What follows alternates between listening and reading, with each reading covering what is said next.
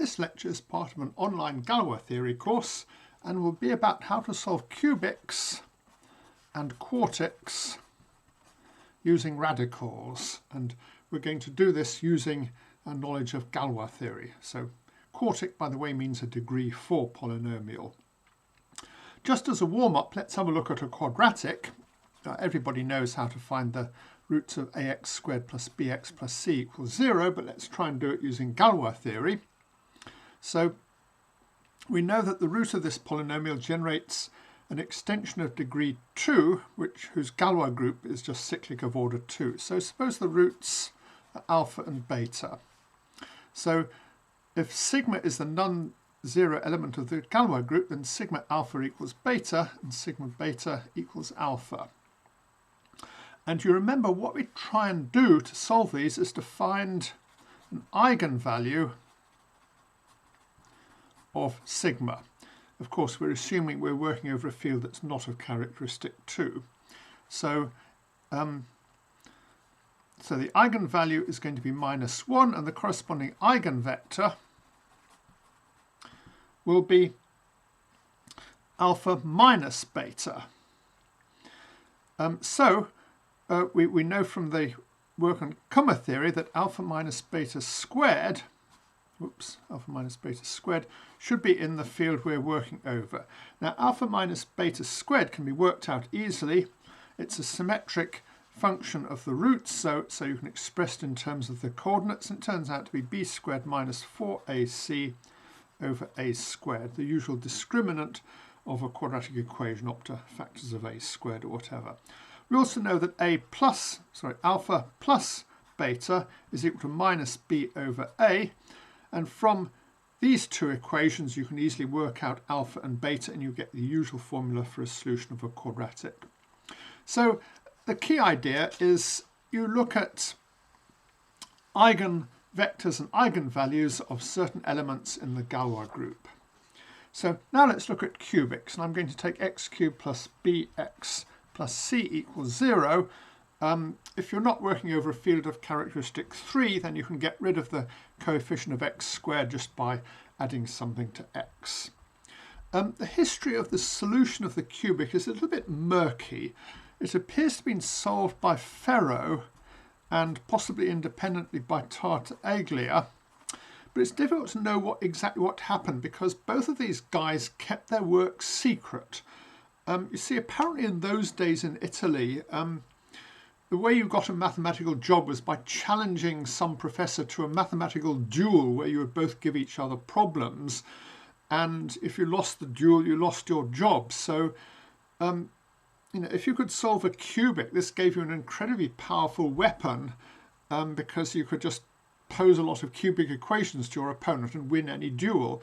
So Ferro kept all his work secret, and Tartaglia apparently told his work to Cardano but swore Cardano to secrecy, and then got rather annoyed when Cardano later published a solution which Cardano claimed was Ferro's solution or whatever. So it was all rather complicated, and everybody ended up on bad terms with everybody else. Anyway, we're going to do it using Galois theory, which of course they didn't have in those days. In fact, they didn't really even have negative numbers. They were really struggling with. This was back in the days when people were still trying to set up algebra and didn't really quite have the concept of the real numbers. So anyway, let's take the roots to be alpha, beta and gamma, and the Galois group will be a subgroup of S3, but let's take it to be S3. S3 has a composition series. We take the identity group, and then we have the alternating group A3, and we have the group S3. And this is a group that's cyclic of order 3, and A3 is a normal subgroup of S3 and has the quotient group is order 2. Now, the fixed point fields we get from this give us a tower of fields. So we have K is contained in some field, which is contained in K, alpha, beta, and gamma. And you know from Galois theory that what we should do is first work out this mysterious field here by taking the root of something, and then take a cube root of something to get to this field. We assume that K contains all the roots of unity we need, which are square roots, which is automatic, and cube roots. So we want to work out what this field is. Well, this is generated by some element fixed by A3, and we want it to be an eigenvector of A3 over S3. So we want S3 over A3 to act on it as -1, or rather we want the non-trivial element to act on it as -1. So we want to think of some polynomial in alpha, beta and gamma that's invariant under a cyclic permutation of them, but changes sign if you swap alpha and beta. And the obvious thing to try is alpha minus beta, beta minus gamma, gamma minus alpha. So this is more or less the famous discriminant, or possibly the square root of the discriminant of the polynomial. So let's call it delta. And so we know delta squared is now a symmetric function of alpha, beta and gamma. So it's a polynomial in the coefficients. And in fact, you can work out the polynomial. It turns out to be -4b cubed minus 27c squared, which you can get after doing a little bit of algebra. So that sort of goes from S3 to A3, and we see that this field here is K of delta, which you can take by taking a square root of this expression here. Now to go from here to here, we need to take a cube root, and we remember how to do this. What we do is we look at the three roots alpha, beta and gamma, and we add them up. And the sum of them is actually 0, because we had x cubed plus 0x squared plus bx plus c equals 0. And now we take the element y, which is going to be alpha plus omega squared beta plus omega gamma, and z, which is alpha plus omega beta plus omega squared gamma. And we know that these are eigenvalues, so these eigenvectors of the element sigma, with sigma cubed equals 1, so sigma is just the permutation taking alpha to beta to gamma to alpha, or possibly the other way around. Now we know from general theory of Kummer extensions that y cubed and z cubed must be in K of delta.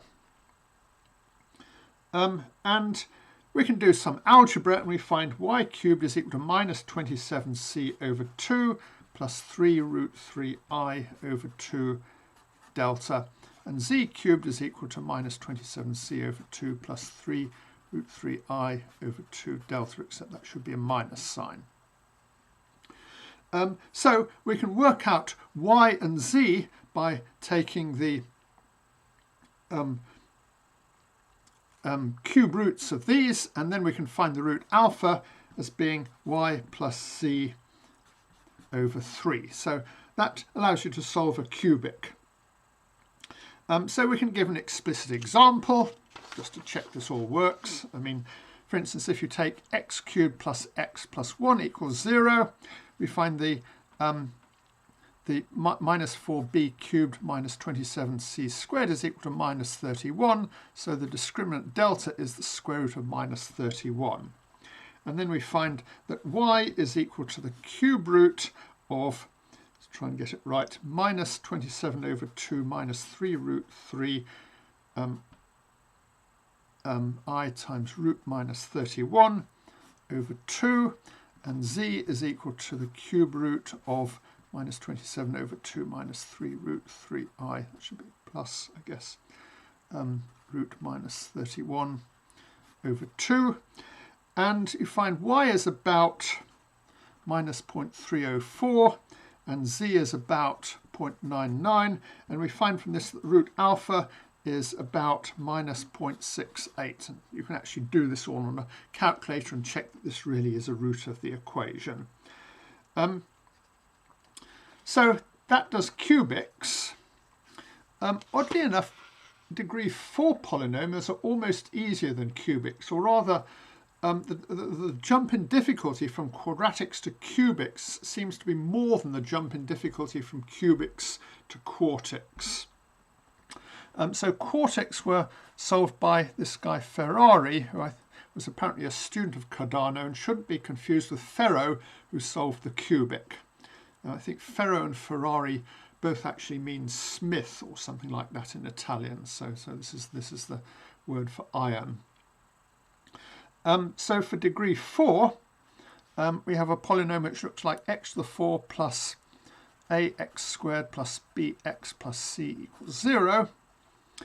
And you remember from Galois theory, we have to look at the group S4, and it contains the following chain of subgroups. We have the trivial subgroup, and this is contained in the subgroup z over 2z times z over 2z, which is contained in A4 of order 12, which is contained in S4. And this quotient is z modulo 2z, this quotient is z modulo 3z, and this quotient is z modulo 2z squared. So if we look at the corresponding fields, k is contained in something, is contained in something, is contained in our field k alpha beta gamma, delta, I guess there are now 4 roots. So this says that we should first take the square root of something, then take a cube root of something, then take a bunch of square roots, and then we're finished. So let's see how to do this.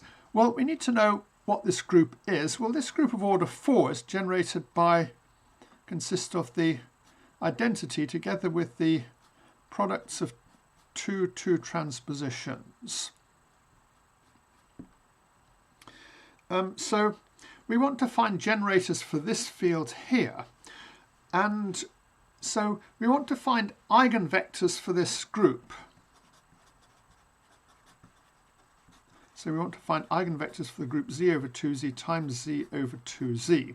And that means we want to find vectors that have eigenvalue either 1 or minus 1 under this element and either 1 or minus 1 under that element. And that's quite easy to do. We can take the elements alpha 1 plus alpha 2 minus alpha 3 minus alpha 4, alpha 1 minus alpha 2 plus alpha 3 minus alpha 4, and alpha 1 minus alpha 2 minus alpha 3 plus alpha 4.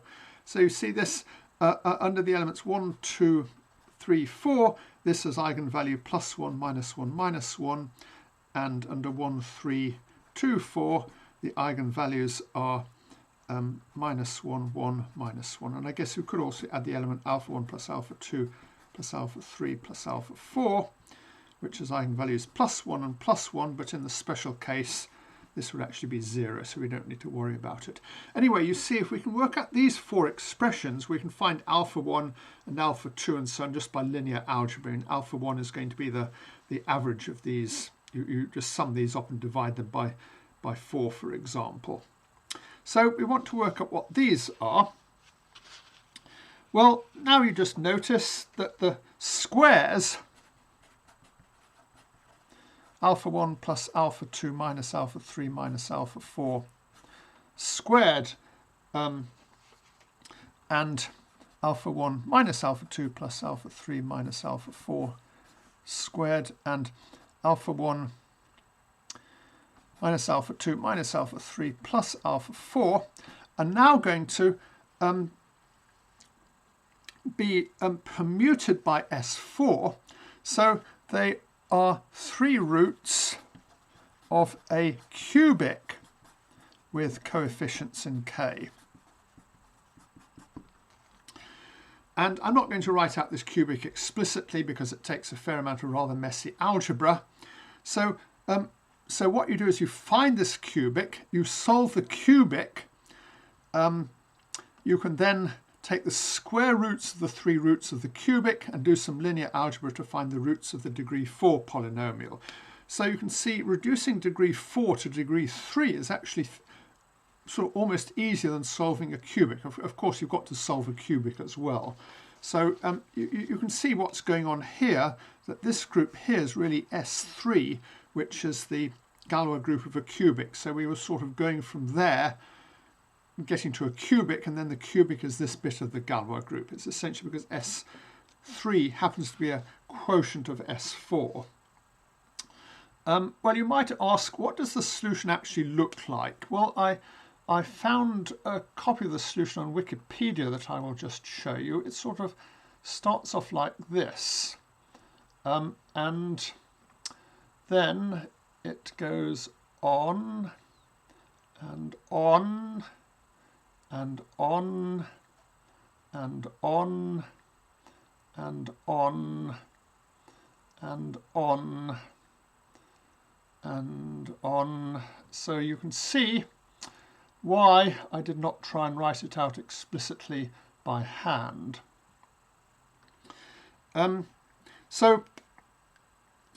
What's going on is that for degree 4, we know that S4 acts on a set of 3 elements. So we can sort of reduce solving a quartic to solving a cubic, and that's because S4 has a subgroup,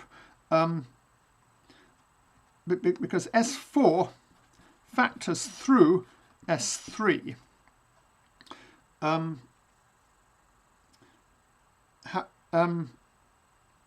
So it's got a subgroup of index 6, which is group Z2 squared. If we try and do the same thing with S5, well, S5 is order 120, and we can find a subgroup of order 20, which is the Frobenius group. So this means that S5 acts on a set of 6 elements. And when people tried to extend the solution of a quartic to the solution of a quintic, they discovered that whereas for a quartic you could reduce the equation to one of degree less, when you try to solve a quintic, you ended up having to solve a degree 6 equation, which only made things worse. Of course, Abel and Galois later discovered the reason for this is that the group S5 is not solvable, so there's no way to find some clever way of solving it by radicals.